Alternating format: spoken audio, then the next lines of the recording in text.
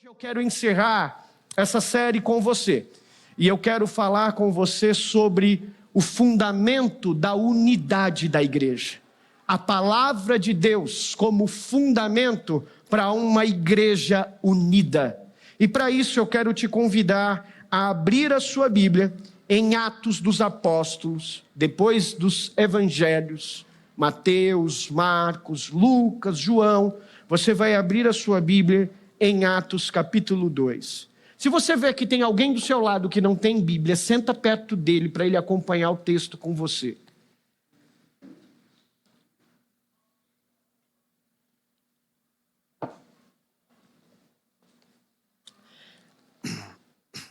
Atos capítulo de número 2, versículo 42 até o 47.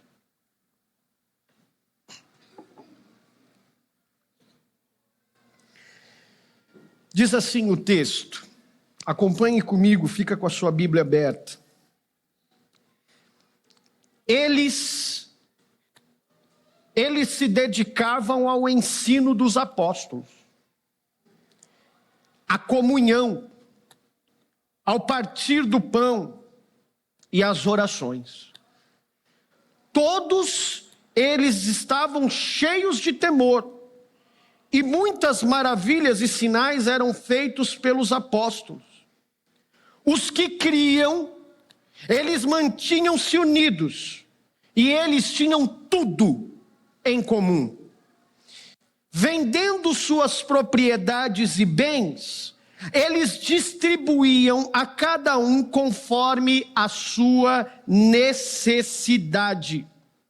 Todos os dias continuavam a reunir-se no pátio do templo, partiam o pão em suas casas, e juntos eles participavam das refeições, com alegria e sinceridade de coração, louvando a Deus e tendo a simpatia de todo o povo, e o Senhor lhes acrescentava diariamente os que iam sendo salvos.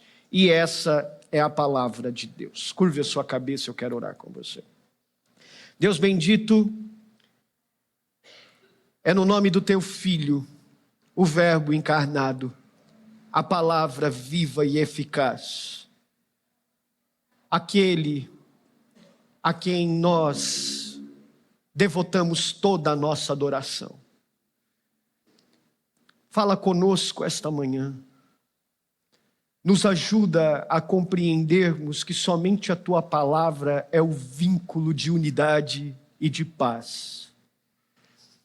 Arranca por meio da Tua palavra, do meio de nós, as ervas daninhas. Arranca do meio de nós a nossa teologia egocêntrica, que acredita que é sobre nós.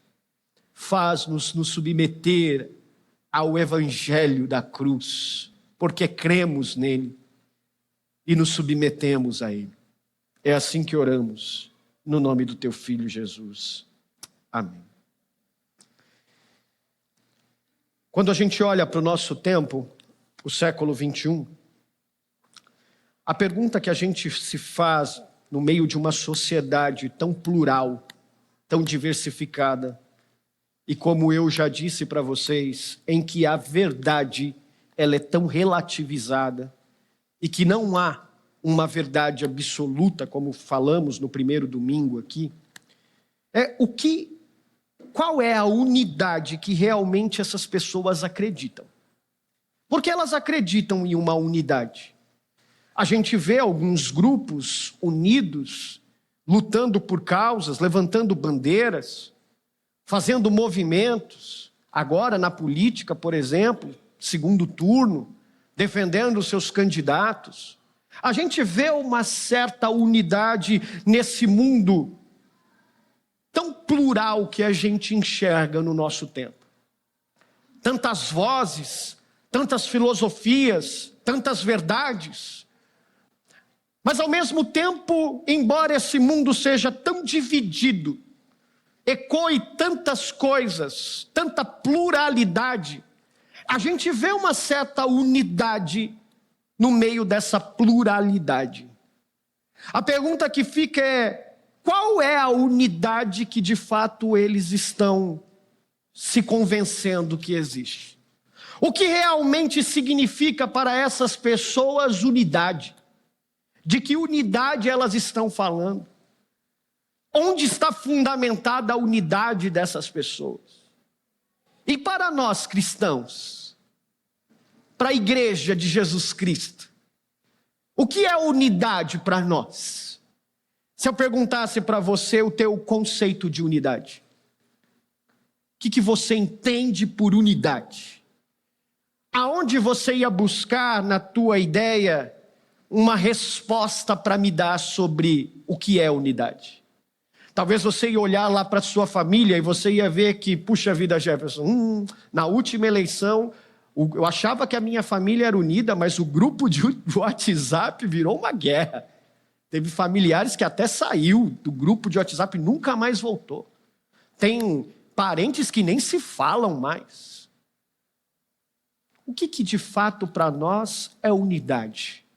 No seio da igreja, no meio dos ministérios que a gente serve, será que a gente entende o que é unidade? Será que a gente entende qual é o conceito de unidade à luz da palavra de Deus? Quando eu era criança, já comentei com vocês que eu morei por muitos anos no interior. Do interior onde eu vim, o mato não era verde, era meio amarelo. Era tanto pó que o mato das beiradas da rua ficavam amarelados. Naquela época eu tinha cabelo e, pasme você, eu tinha um topete.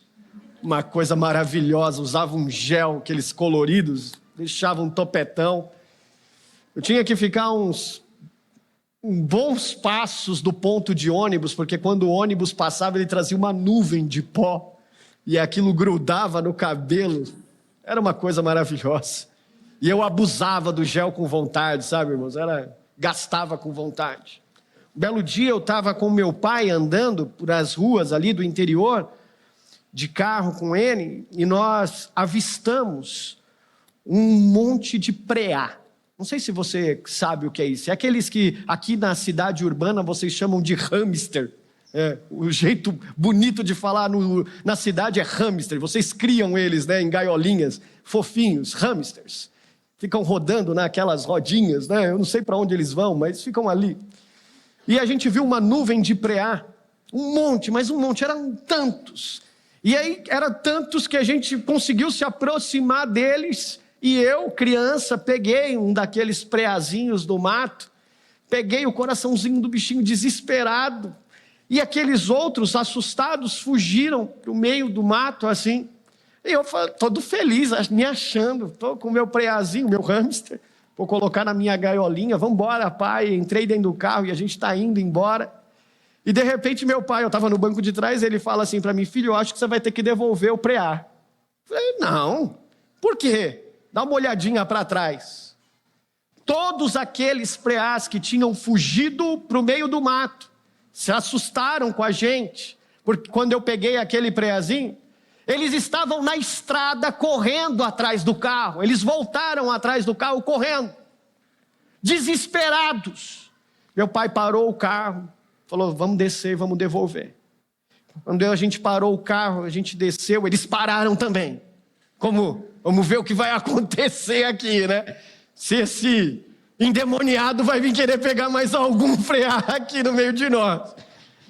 Eu coloquei o preazinho no chão e eles correram. Parecia cena de filme. Se tivesse um fundo musical, ia ser a coisa mais linda, né? Parecia, eles se encontraram e quando se encontraram, correram para dentro do mato.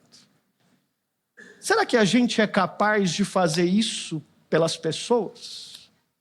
Deixar as nossas agendas, ainda que com medo, ainda que a gente tema o perigo, mas sabendo que tem outro em risco, mas ele é parte de mim, e eu correr, me cansar, me colocar em risco por causa de alguém? Será que no meio do povo de Deus a gente está disposto a comprar essas guerras? Será que o que nos une de fato é o compromisso de que se dói aqui, dói aí? Se chorar aqui, eu vou chorar aí com você, de abandonar o que eu ia fazer, as minhas agendas, os meus anseios, o meu compromisso, o meu dinheiro, para me comprometer com você até o fim e correr. Talvez eu não sei se eu vou alcançar o carro, talvez eu não sei se eu vou conseguir te resgatar, mas eu vou correr o quanto for necessário, porque eu estou unido a você. Qual é para nós, meus irmãos, o nosso conceito de unidade? O que realmente significa para você, em esse mundo plural e dividido, dentro dessa comunidade que você está chamando de fé, unidade? Eu gosto muito da frase que o meu orientador sempre ecoava nas aulas, quando eu estava no mestrado. Ele dizia: se você não é capaz de chamar a pessoa que está do seu lado de irmão, então você não pode chamar Deus de Pai. Se você não teve uma resposta real para o conceito de unidade, para essa pergunta que eu fiz para você, a palavra de Deus vai nos ajudar hoje a entender um pouquinho sobre isso. E quando a gente olha para esse texto aqui que eu trouxe para vocês, eu fiz questão de escolher esse texto porque ele é uma continuidade daquilo que o pastor Rafael falou no domingo passado sobre avivamento. Deixa eu te explicar o contexto. Depois você volta. Mas o que está acontecendo aqui é um avivamento. Se você se lembra muito bem, quando o Senhor Jesus Cristo, ele prediz sua morte, mas ele prediz também a ressurreição, ele é assunto aos céus, e ele dá uma notícia para os discípulos. Ele diz assim: vocês devem ficar em Jerusalém, até que do alto vocês sejam revestidos de poder.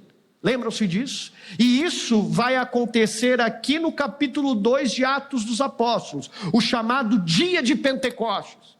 A gente tem uma confusão muito equivocada sobre o que é o dia de Pentecostes, né? A gente acha que o dia de Pentecostes é o dia de Pentecostes porque foi o dia que desceu essa capacitação do Espírito. Não, era uma festa judaica.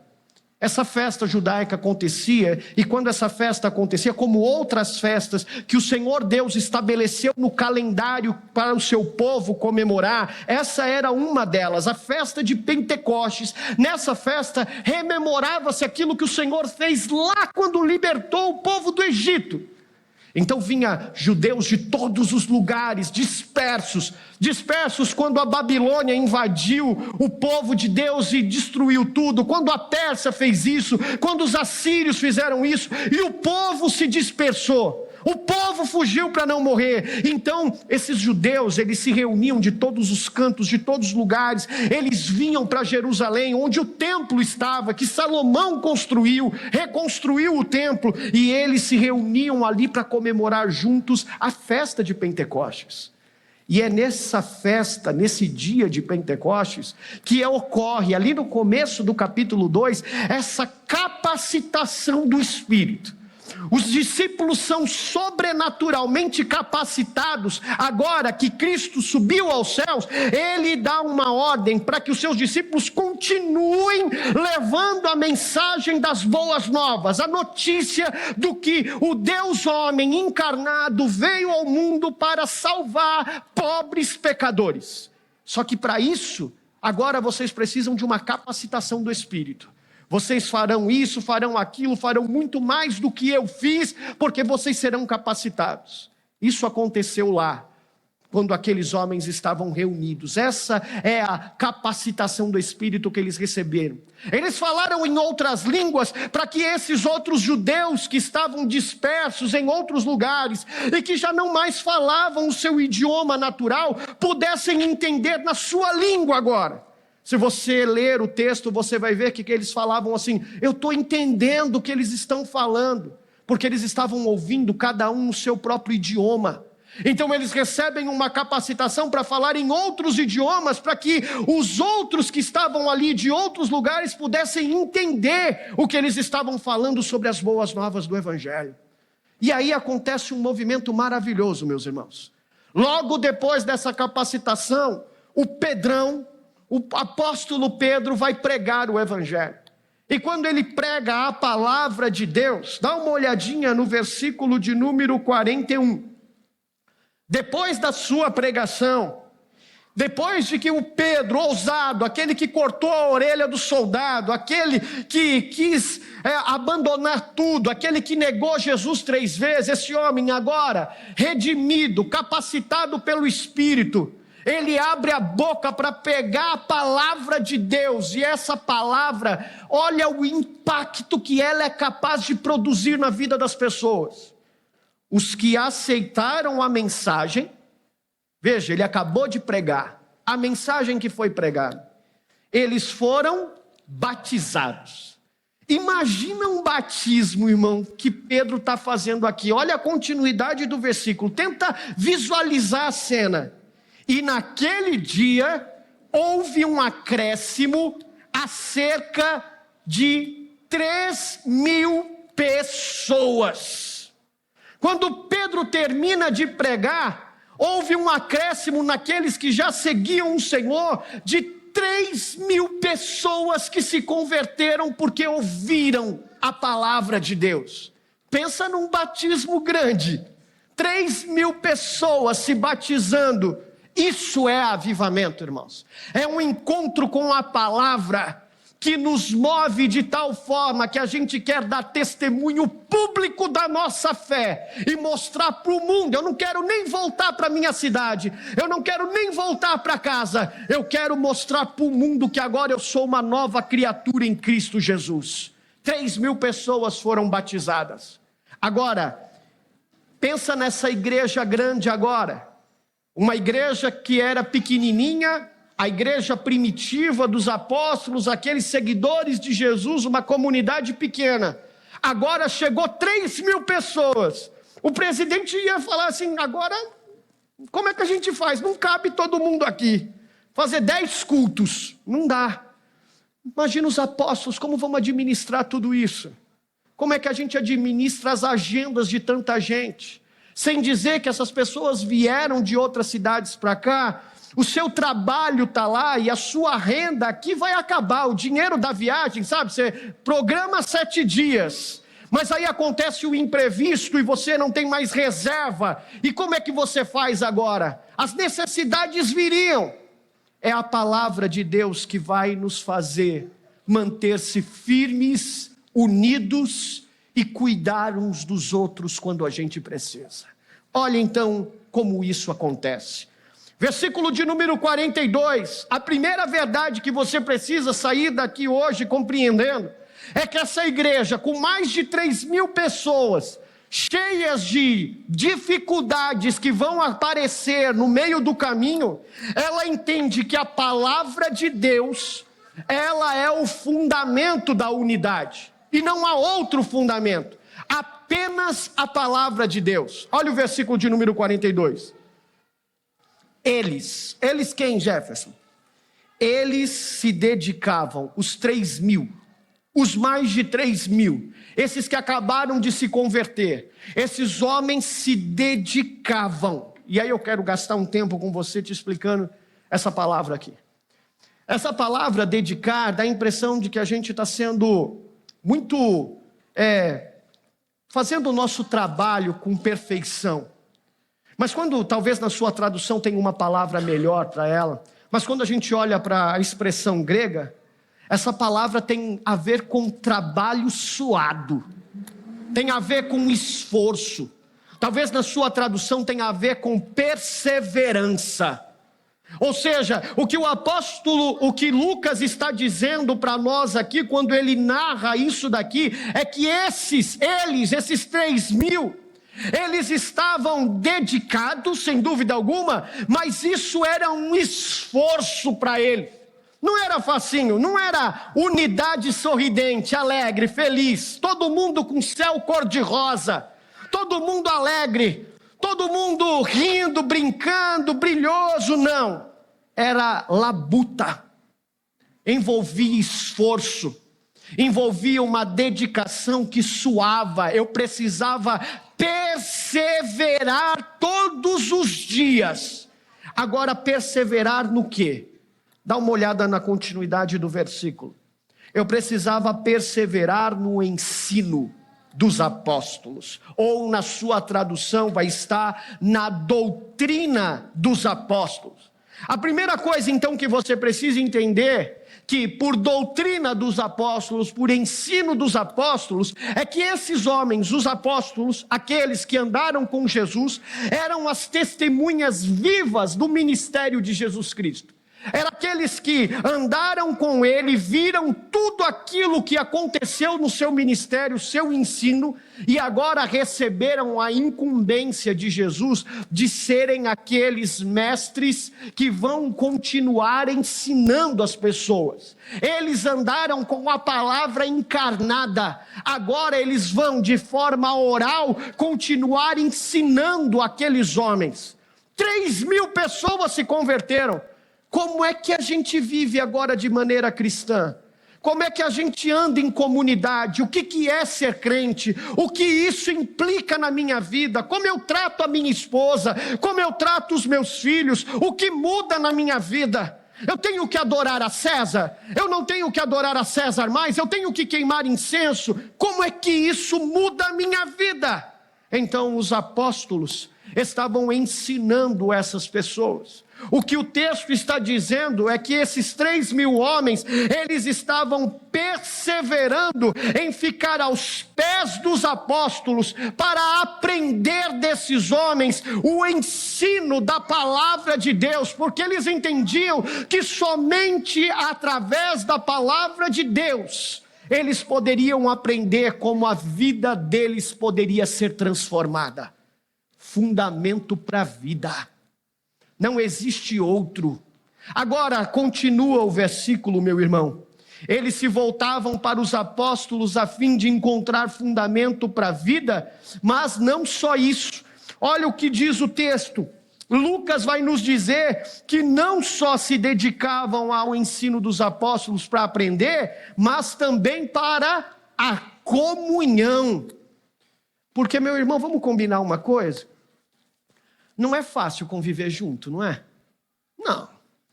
Não é fácil. Vamos falar das famílias, filhos e pais. A gente não pede para nascer nos ambientes familiares que a gente nasce. Mas a gente está nesses ambientes familiares. A gente cresce neles. A Clarinha vai viver na minha casa, eu espero que até os 50 anos, quando ela se casar. Não é? Estou certo? Não? Eu tenho fé. Mas eles vão crescer, meus filhos vão crescer na minha casa. Mas mesmo nesse ambiente que a gente cresce, conhece, está ali todo dia, a gente tem dificuldades no jeito que fala, trata, cuida um do outro, tem espinhos. Vamos para o casamento? 2 pessoas diferentes se conheceram, trouxeram suas bagagens, cada um com as suas experiências, cada um com suas lutas, suas lições, e quando elas trouxeram isso para um ambiente comum, juntaram as escovas de dentes, o que aconteceu? O pau quebrou. No grego profundo o pau quebrou mesmo, não é? É mais ou menos isso. É assim que acontece. Na igreja, não, aqui não acontece, aqui não, mas a igreja também é assim. A gente tem dificuldades de lidar com os outros. A gente não gosta do jeito que fala, não gostei do jeito que ele olhou para mim. Não gostei do jeito que ele falou comigo. Não, me tirou, não gostei disso. A gente é cheio de orgulhos e de egos. Diz uma história com ele, que na era glacial tinha lá os porcos espinhos, todos juntinhos para não morrer de frio. Mas aí os porcos espinhos estavam se incomodando com os espinhos uns dos outros.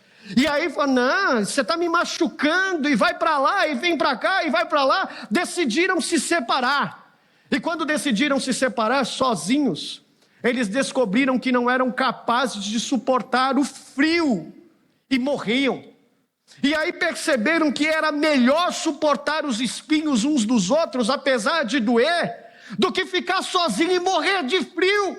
Então eles voltaram para a comunhão, apesar dos espinhos.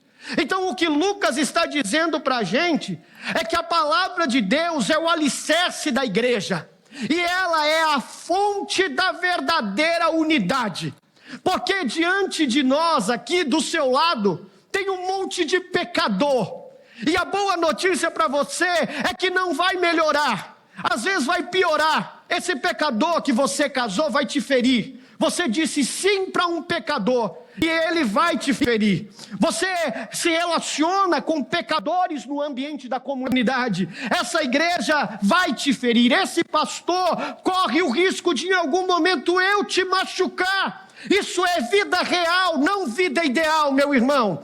Agora, no meio disso tudo, o que nos une, Jefferson, não são os nossos afetos melindrosos. O que nos une, a fonte da verdadeira unidade da igreja, não são os nossos afetos. A fonte da verdadeira unidade é a palavra de Deus. O fundamento é a palavra de Deus, que diz, como Lucas nos fala, eles se esforçavam.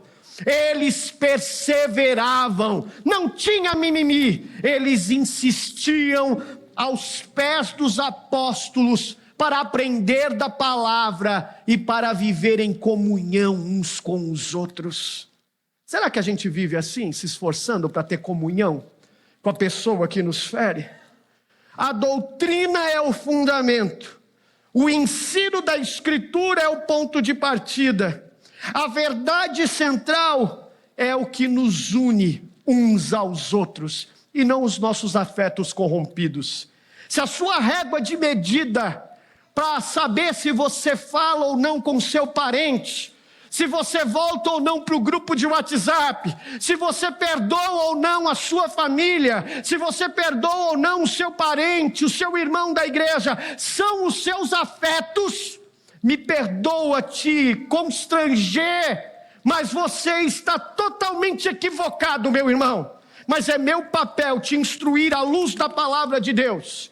Esta igreja avivada, ela está entendendo que eles precisavam perseverar no ensino da palavra de Deus para ter comunhão uns com os outros.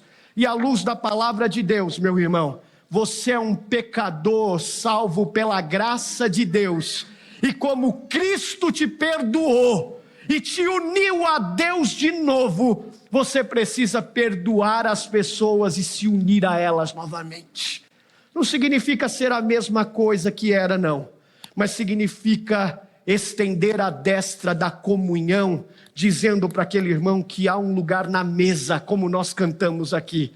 Não em nós, não nas nossas vontades, mas um lugar na mesa de Deus Pai, porque em Cristo Ele reconcilia todas as coisas. Em Cristo, a palavra encarnada, há um lugar na mesa para o ofensor arrependido e para o ofendido, que em Cristo pode nos ajudar a lidar com todas as nossas ofensas e com todas as nossas mágoas. Essa é a palavra de Deus. Eu fiz uma pergunta para o ChatGPT. Eu estou entrando nessa moda também. Me segura agora. O sermão não é do ChatGPT, não. Fica crente aí e confia, viu? Não me julga, não. A igreja conhece o sermão que é feito na biblioteca e o que é feito de joelhos. Mas eu fiz uma pergunta para o ChatGPT, eu fiquei curioso. Até comentei no pequeno grupo de uma coisa que eu vi lá na internet. E eu falei, eu vou fazer essa mesma pergunta no ChatGPT. Eu falei, ChatGPT... Curioso isso, né? Conversando com o ChatGPT, é verdade. Eu falei, ChatGPT, se você fosse Satanás, tentando minar uma igreja, destruir uma igreja saudável, qual seria o seu objetivo? O que você faria? Olha, uma das respostas, eu vou te dar uma, depois você fica curioso, vai lá no ChatGPT também. Pessoal aqui da área de, né? Vai lá. Ele disse uma das respostas, ele disse o seguinte: eu desviaria o foco dessa igreja da palavra. Isso é uma das coisas que ele me respondeu. E a estratégia seria a seguinte, ele deu até a estratégia e deu o método. Ele disse o seguinte: eu iria introduzir na igreja, sutilmente, interpretações distorcidas das Escrituras. Eu ia colocar em dúvida a autoridade e a clareza da palavra de Deus.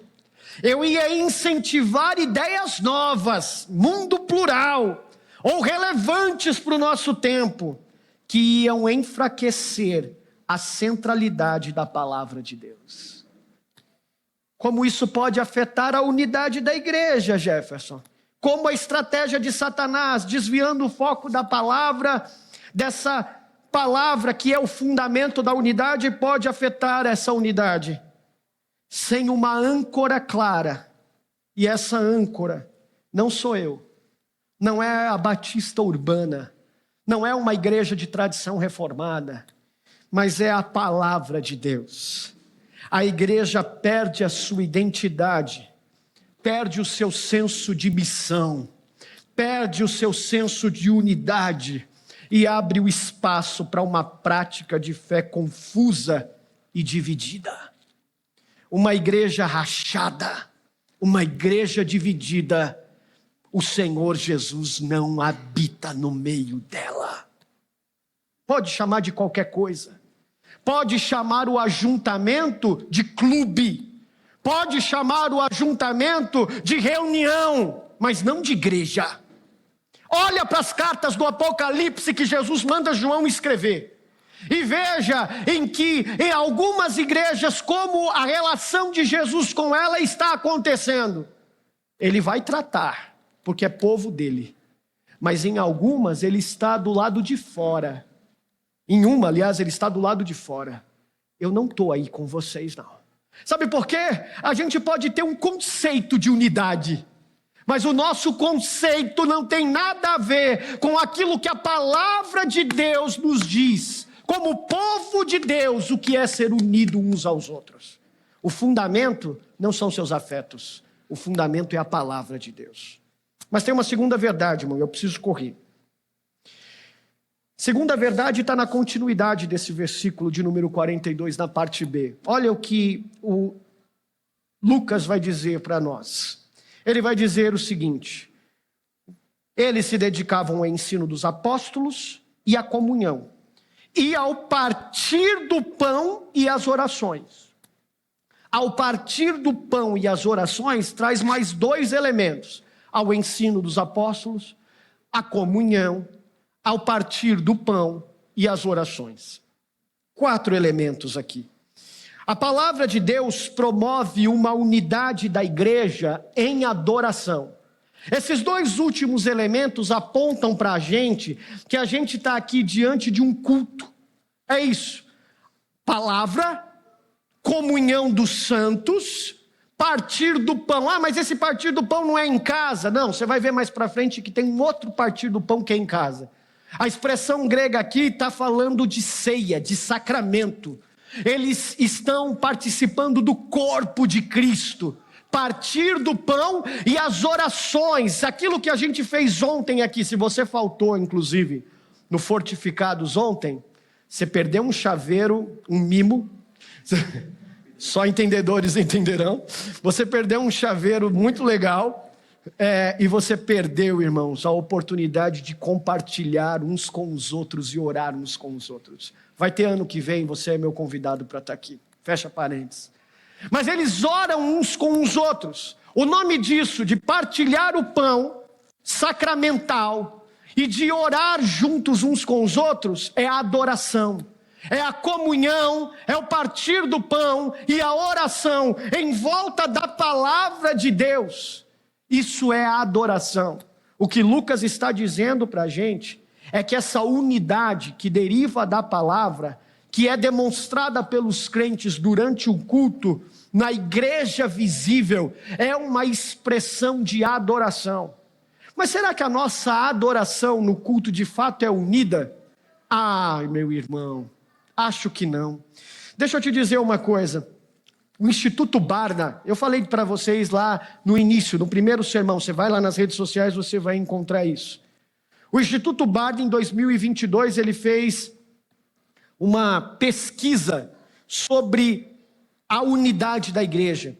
E aí ele, nessa pesquisa, esse instituto chegou à conclusão que os cristãos encontram mais unidade com os amigos da rua, de fora, do trabalho, da escola, do que de dentro da igreja.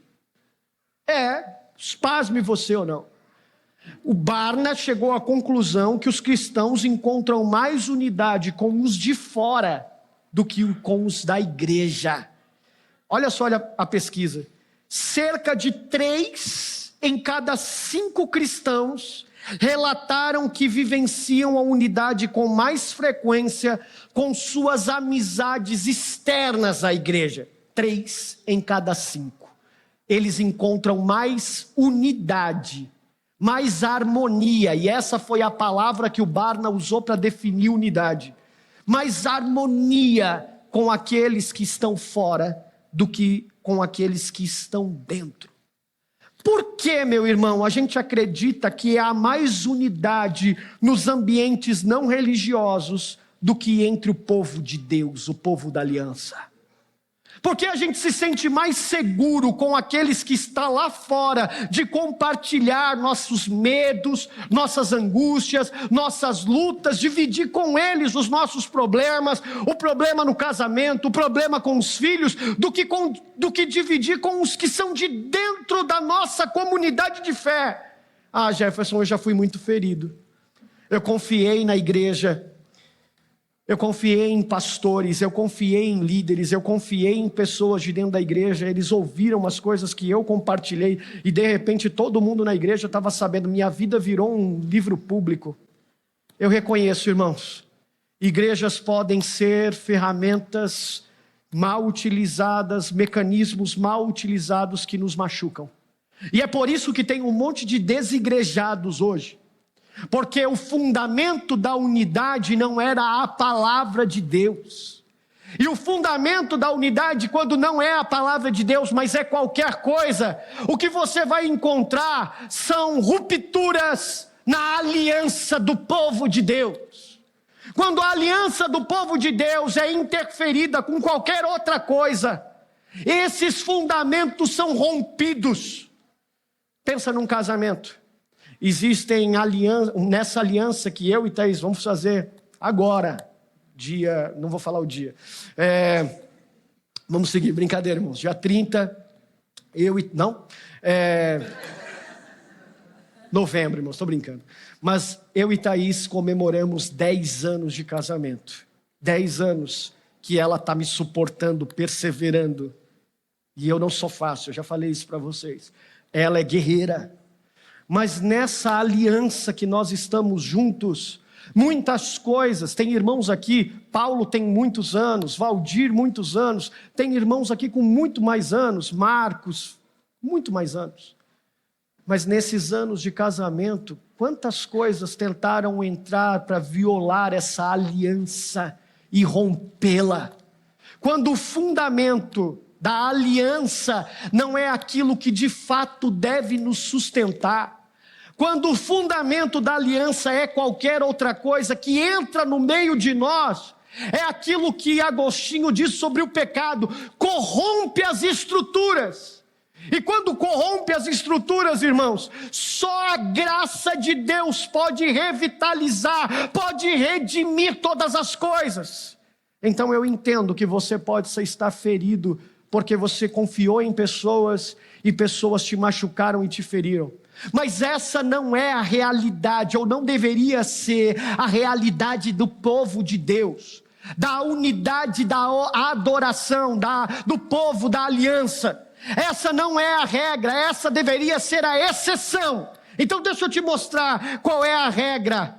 A unidade da igreja em adoração, ela deriva da compreensão e da prática da palavra de Deus.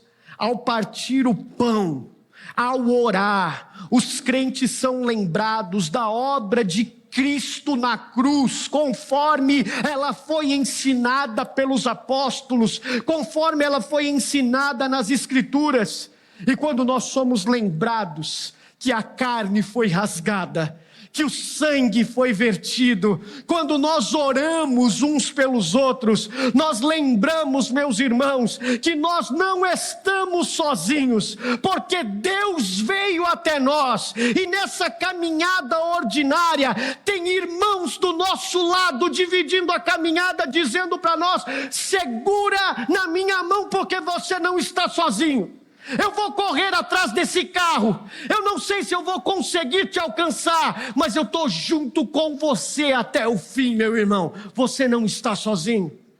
Tem uma cena do filme de Tolkien, do Senhor dos Anéis, que o personagem que está responsável em levar aquele que era o detentor do anel até o alto da montanha e levá-lo até o fim, quando Frodo está prostrado, desanimado, caído, não vai conseguir, o seu amigo, que foi inclusive ferido por Frodo, que foi inclusive, Frodo o humilhou, o afastou da sua relação de amizade, confiou em uma outra pessoa que sequer o conhecia direito.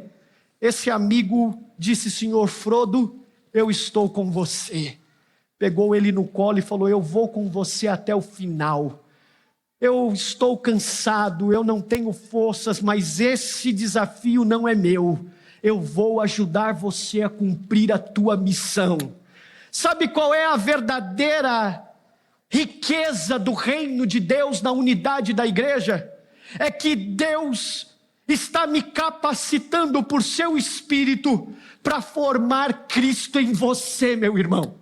Sabe qual é a riqueza da igreja? É que Deus está te capacitando por seu Espírito para você formar Cristo na minha vida, com as suas histórias, com o seu exemplo, com o seu testemunho. Cristo é edificado na minha vida. Cristo está usando você no seu casamento para formar Cristo na vida do seu cônjuge. Isso é adoração.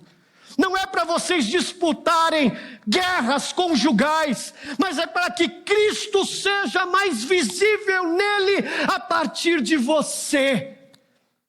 Cristo será mais visível na pessoa que está do seu lado, quando você entender que Deus está usando você nessa comunidade para esculpir Cristo na vida do outro. Isso é a unidade da igreja em adoração a Ele. Como você está forjando Cristo na vida do seu irmão? ChatGPT, se você fosse Satanás, tentando minar a unidade da igreja, o que você faria? A adoração da igreja, o que você faria? Ele respondeu o seguinte: eu promoveria dissensões e desunião. É isso que eu faria. Eu substituiria a adoração por entretenimento. É por isso que o nosso momento de louvor não é show, irmãos. Eles nos conduzem à adoração cristocêntrica. A estratégia qual era? Eu ia transformar o culto em um show, onde as pessoas busquem mais um estímulo emocional ou uma experiência pessoal do que uma verdadeira adoração a Deus. Sabe qual é a verdadeira adoração a Deus? Aquela que parte da palavra de Deus, no partir do pão, lembrando que Cristo veio até nós e a gente não está sozinho.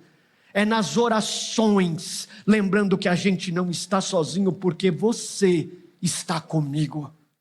Se você hoje está se sentindo ofendido por essa igreja, e quando eu digo essa, eu estou dizendo a igreja invisível, eu quero te pedir perdão por isso.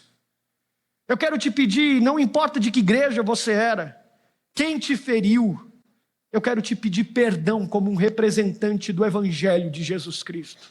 Porque a igreja são formadas, existem para ser um lugar onde pessoas são restauradas à luz da palavra de Deus. Onde elas se encontram com a verdade do Evangelho e são redimidas pela palavra. Então, se você encontrou qualquer coisa aí fora, eu sinto muito e eu te peço perdão. Mas que hoje você entenda que isso não é a regra. E você tenha um encontro com a palavra de Deus e entenda que só a partir dela, este povo é chamado para transformar vidas, para edificar Cristo na sua vida. Talvez a gente falhe, talvez a gente erre aqui e ali, mas eu estou comprometido com você a te carregar no colo quando você não conseguir, meu irmão, e te levar até o fim da tua jornada e da tua missão, para que Cristo seja glorificado através de você. Por fim, a última coisa que Lucas nos diz, meu horário já está apertado, segura aí, irmão, na minha mão, é que a palavra promove a unidade da igreja em serviço e testemunho público. Dá uma olhadinha nos versículos 44 a 47. A palavra agora vai promover uma unidade na igreja, não só em volta da adoração, mas em volta do serviço e do testemunho. Olha o versículo de número 44. Os que criam, eles mantinham-se unidos e eles tinham tudo em comum. Repara numa coisa aqui, irmão, chama a sua atenção para isso, olha aí.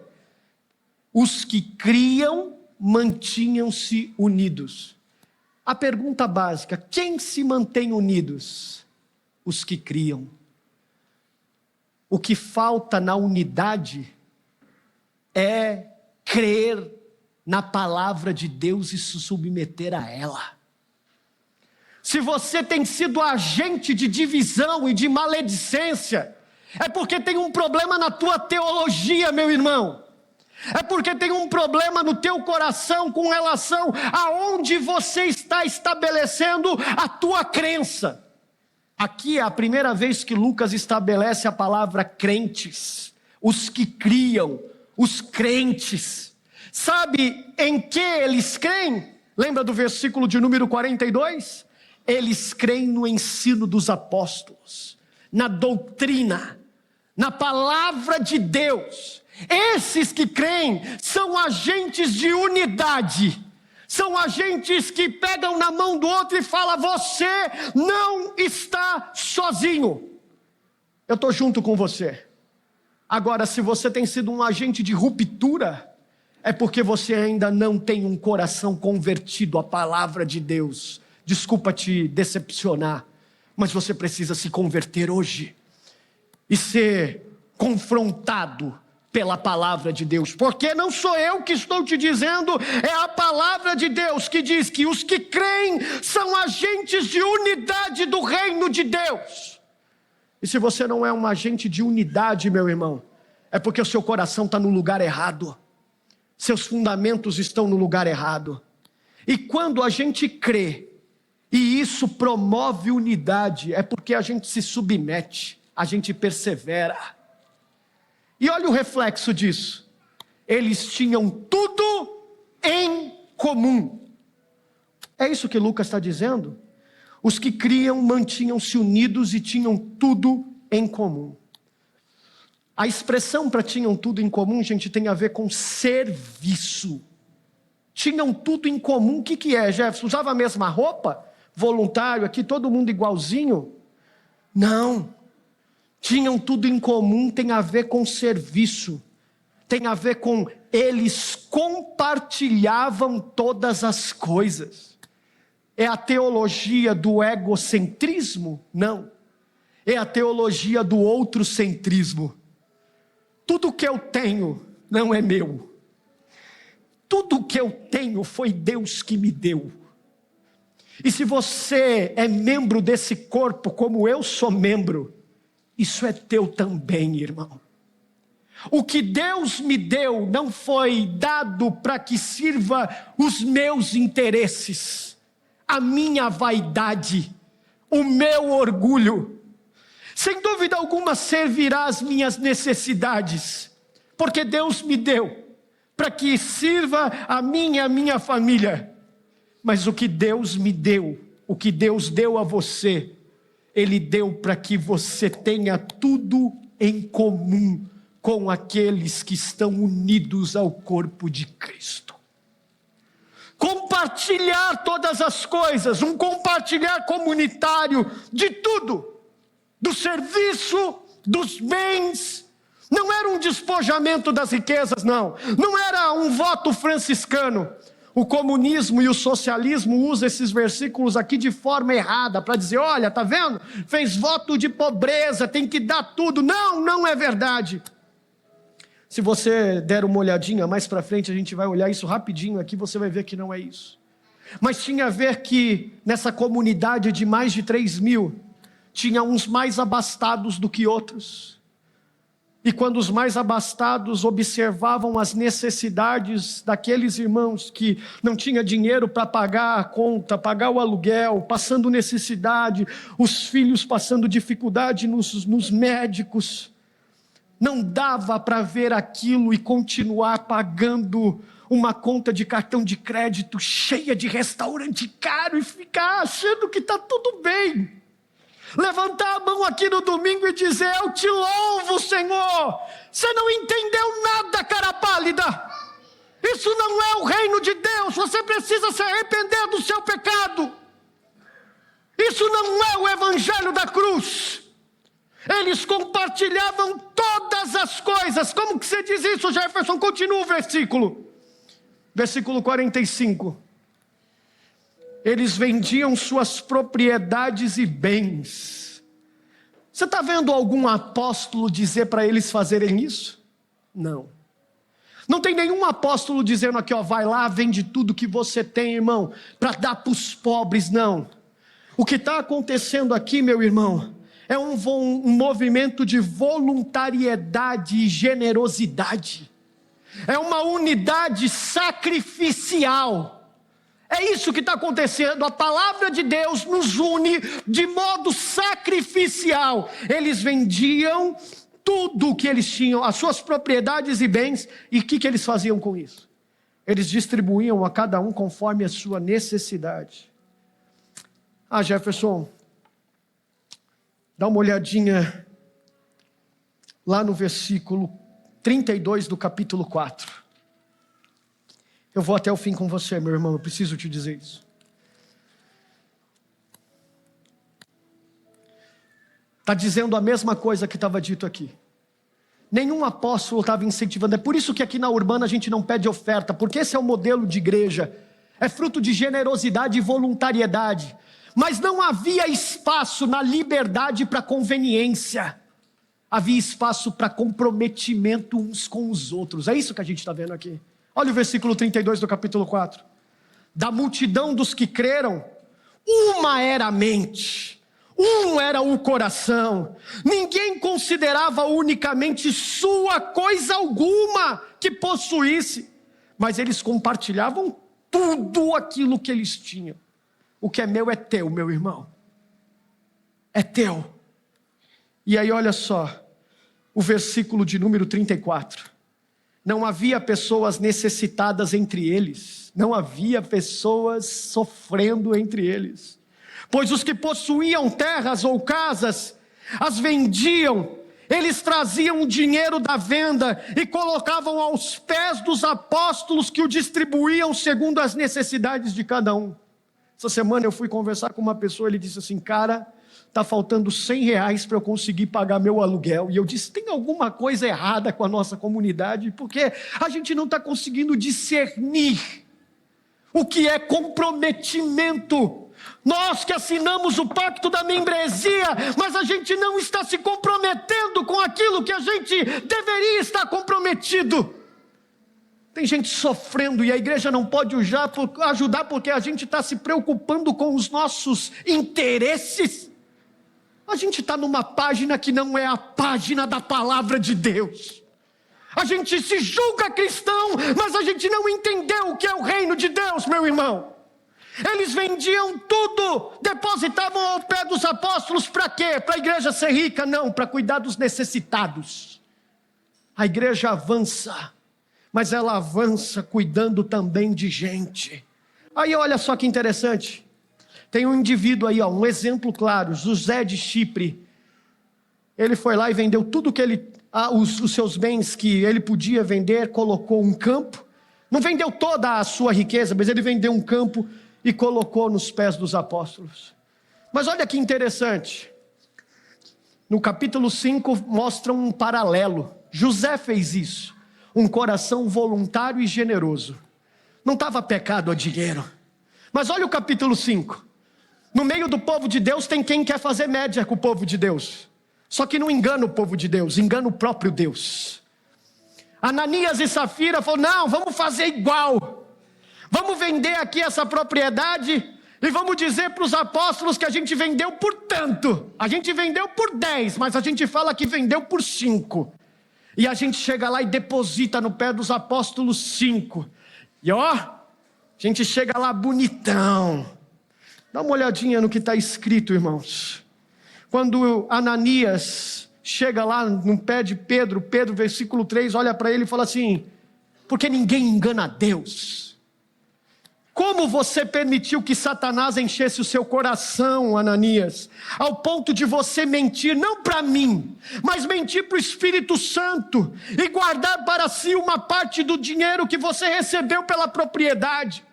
Aí você pode estar perguntando, o Pedro estava insinuando que ele tinha que trazer o seu dinheiro. Não, ele não era obrigado. Olha o versículo de número 4.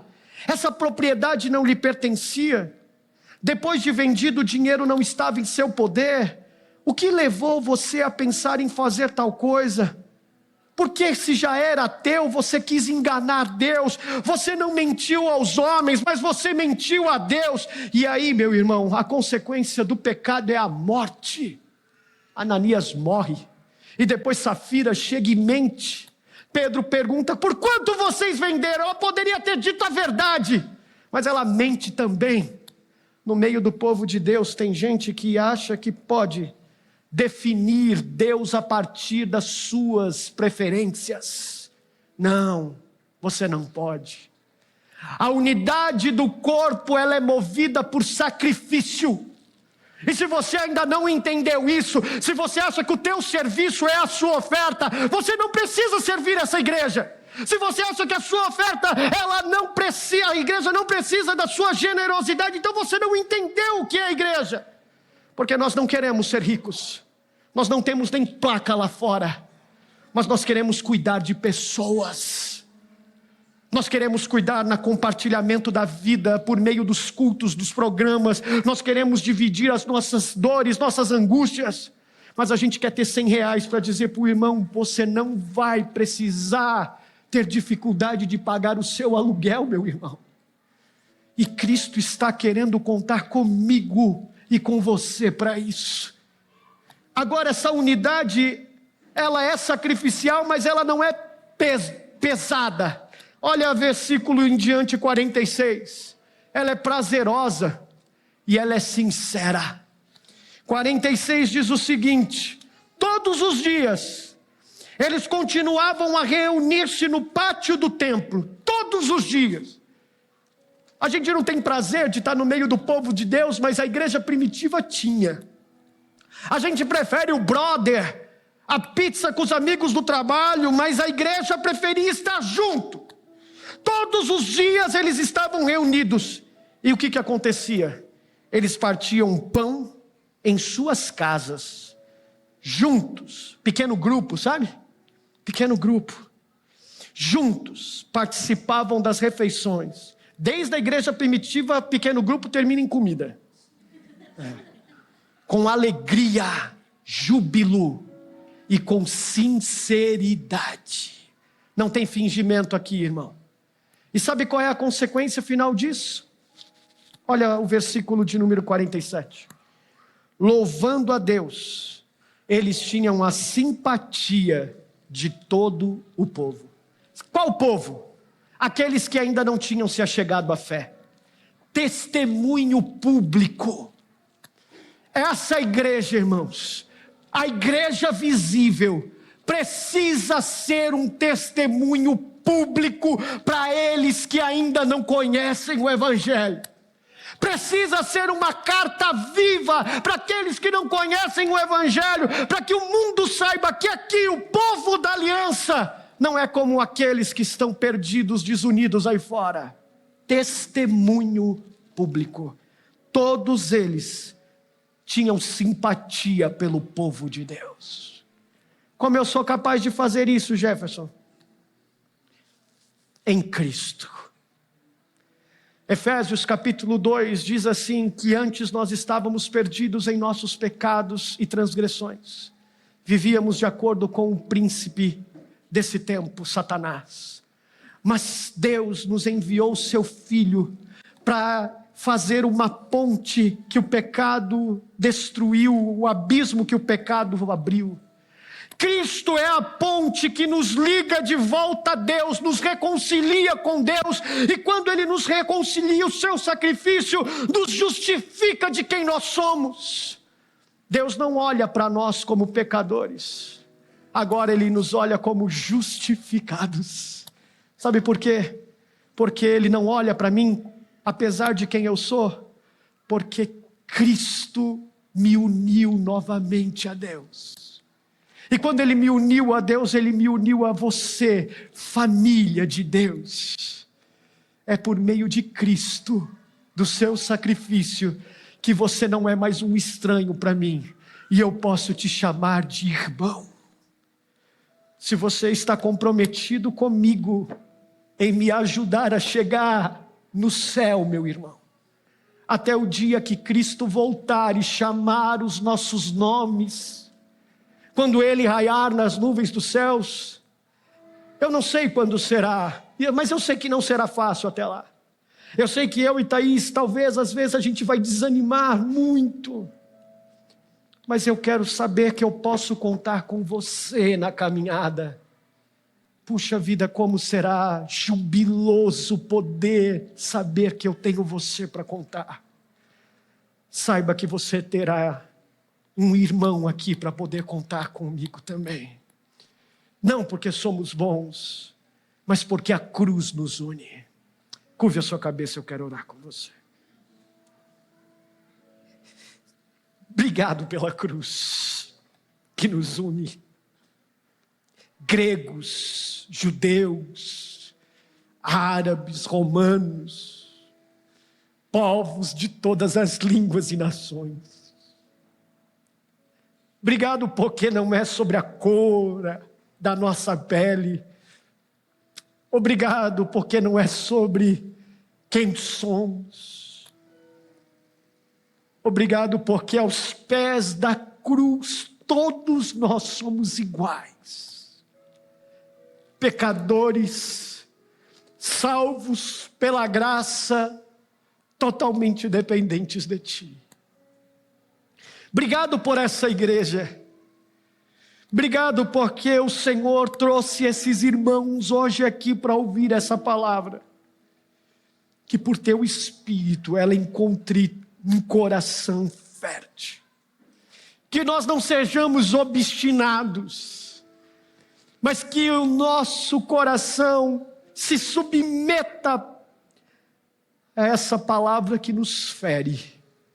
Que a gente se arrependa dos nossos pecados e que em Cristo nós sejamos unidos em Deus, a Deus e a essa família na fé, pelos fundamentos da palavra que nos guia em adoração de forma sacrificial e jubilosa.